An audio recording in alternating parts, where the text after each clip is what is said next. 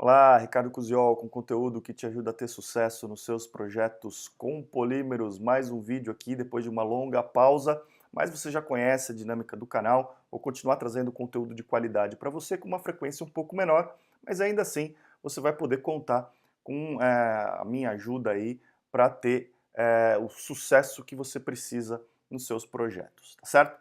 Bom, no vídeo de hoje eu trago mais um conteúdo inédito e eu vou falar a respeito de um assunto que é relativamente comum na indústria do plástico, que são peças plásticas que falham, né? Peças plásticas que quebram em campo, durante a montagem, enfim, em qualquer parte da sua vida útil, né? Em qualquer fase da sua vida útil, peças plásticas que se quebram e que precisam passar por um processo de investigação, de correção, para eliminar esse problema, tá? E um dos fatores muito comuns que leva à quebra de peças plásticas é o famoso chamado efeito entalhe, né? Eu imagino que você já deve ter ouvido falar desse assunto, mas talvez não saiba exatamente do que se trata. Então esse vídeo é feito para você, para poder explicar um pouco melhor a respeito do que é o efeito entalhe, como você identifica esse problema quando uma peça plástica está quebrando e principalmente como você previne e corrige esse tipo de problema na sua peça plástica, tá certo? Como sempre, eu procuro fazer um documento, um PDF que acompanha esse conteúdo, que traz toda a explicação desse conteúdo, se aprofunda um pouco mais também a respeito do assunto que a gente está falando, e que você pode baixar para ter acesso aí, completar a sua biblioteca técnica. Como você sabe também, agora para poder baixar esse conteúdo você não precisa mais se cadastrar, tá? Então basta clicar no link que está na descrição desse vídeo aqui, você vai ter acesso imediato, vai ser direcionado diretamente para o documento, para você poder ler online ou gravar no seu computador e complementar a sua biblioteca aí e acompanhar o vídeo assistindo aqui juntamente com o PDF, tá certo? Bom, então o efeito entalhe, né? O que é o efeito entalhe? A primeira coisa que a gente precisa fazer é definir o efeito entalhe e como ele contribui para a quebra de uma peça, tá? O efeito entalhe, ele é causado pelos chamados cantos vivos, e muita gente, quando a gente fala cantos vivos, ainda fica na dúvida do que são cantos vivos. Eu vou colocar uma imagem aqui na tela para você, mostrando, indicando aí o que são cantos vivos. E basicamente, cantos vivos são elementos geométricos de uma peça que marcam a transição abrupta de uma geometria. Então, encontros de paredes de uma peça plástica, né? Então você tem uma parede horizontal, uma parede vertical, esse encontro das paredes, ele é uma mudança abrupta de geometria, tá? Então, furos, né? Então você tem uma peça retangular e você tem um furo no meio. Quando essas alterações abruptas de geometria ocorrem, como o próprio nome diz, de forma abrupta, sem uma transição, sem algo que suavize essa alteração de geometria, como por exemplo raios de transição, quando isso acontece de forma abrupta, sem esses raios, nós chamamos de cantos vivos. São alterações de geometria nas quais estão presentes, geralmente, ângulos, né, ângulos retos ou ângulos mais agudos, ângulos mais fechados, sem esse raio de transição e que são os chamados cantos vivos. Esses cantos vivos, eles atuam, eles são um grande problema não só para peças plásticas, mas para qualquer material enfim, são muito conhecidos no mundo da engenharia, né, de projetos, como elementos geométricos que causam concentração de tensões, né? Sejam as tensões internas do material, aquelas tensões devidas à acomodação molecular, ou devido aos processos de transformação, alinhamentos e etc., introduzidos no material pelo processo de transformação, ou sejam as tensões externas aplicadas pelos esforços mecânicos aos quais as peças estão submetidas.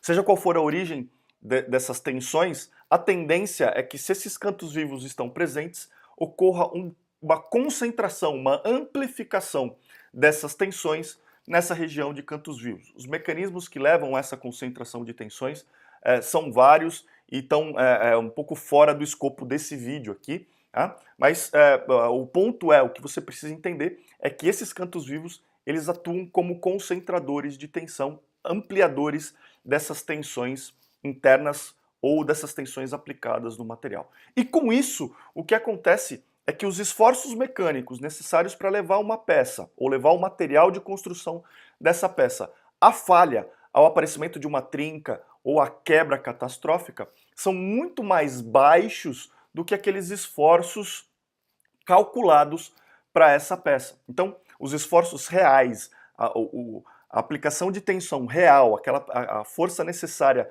para realmente levar essa peça a uma falha catastrófica é mais baixa do que o esforço calculado em projeto. E com isso, quando esses concentradores de tensão estão presentes, as chances são de que essa peça vai falhar numa condição que não estava prevista em projeto, certo?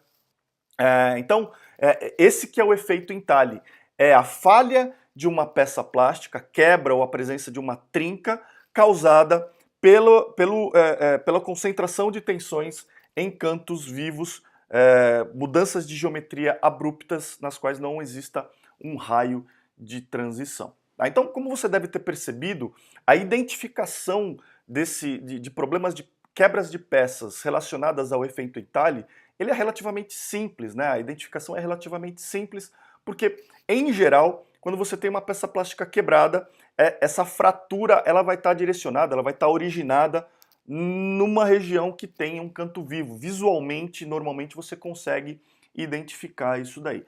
Alguns fatores complicadores podem existir quando esses cantos vivos forem muito pequenos, né? Forem muito sutis, microscópicos às vezes, né? Causados por fatores externos, né? A peça, como um dano, como algum processo de usinagem, micro-usinagem da peça, né? E esse é um detalhe interessante, esses cantos vivos eles podem ser moldados na peça ou eles podem ser introduzidos posteriormente à moldagem por alguma operação secundária, intencional ou não. O efeito é o mesmo, pouco importa se o canto vivo foi moldado ou construído na peça, ele vai sempre ter o mesmo efeito de concentração de tensões, tá? Então,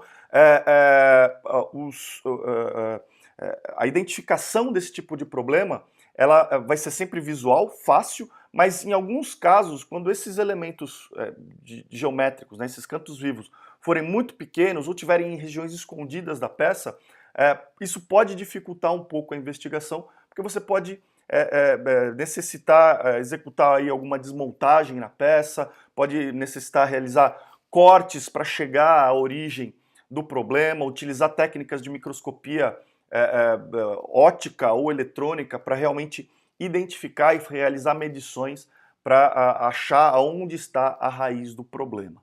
Tá? Então, em geral, basicamente é uma análise visual que você faz para identificar que a quebra de uma peça está relacionada com o efeito entalhe. É sempre muito mais fácil você prevenir o efeito entalhe do que corrigir.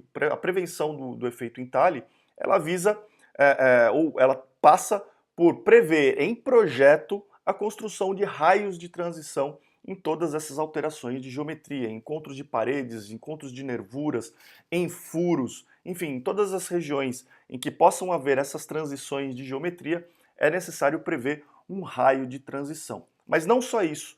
Além do projeto constar além de constarem nos projetos esses raios de transição, eles têm que ser adequadamente construídos nos moldes e nas peças. Tá? É muito comum você ter esses raios de transição nos projetos e devido a qualquer motivo que seja, né, ou a uma limitação técnica dos processos de construção das ferramentas, ou por uma questão aí de opção, né, por facilidade, ou enfim, por qualquer motivo que seja, a pessoa que está construindo o molde, ele acaba não introduzindo esses raios de transição, apesar de eles estarem no projeto da peça, e a peça final acaba saindo aí com esses cantos vivos, levando aí então uma falha. Isso também pode dificultar o processo de investigação se você se basear apenas nos projetos de peça e não olhar a peça real que está sendo moldada. Tá? Além disso, a prevenção ela passa pelos processos de manuseio, como você vai manusear essa peça, que tipo de operações posteriores ou secundárias vão ser realizadas e que possam introduzir esses cantos vivos na peça, esses entalhes na peça, então de uma forma que você possa tomar medidas preventivas. Tá? A correção, né, uma vez que você que tudo falhou e que a peça realmente esteja quebrando e você identifique a presença de cantos vivos, a correção passa pela eliminação desses cantos vivos, né? A correção de uma ferramenta, a correção de um processo para a eliminação desses cantos vivos, introduzindo então um raio de transição que vai minimizar essa concentração de tensões, levando a peça para um outro nível de resistência mecânica.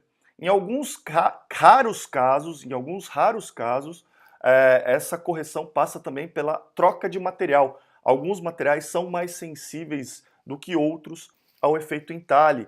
Então, alguns materiais, apenas mudando o material, com o mesmo raio de transição, né, com o mesmo nível de cantos vivos presente na peça, um material diferente pode ter um comportamento mais aceitável. Tá? Então, muitas vezes é interessante você buscar informações a respeito de como o material que você pretende utilizar se comporta com relação à resistência ao impacto, resistência à tração, frente à presença de cantos vivos, né? Você pode ver gráficos como esse que eu estou colocando aí na tela e que podem te mostrar. Isso daí está bem disponível, é bem amplamente divulgado pelos fabricantes de materiais de engenharia, a relação entre esses materiais e os raios de transição ou os cantos vivos estão dando aí a resistência que esse material pode oferecer.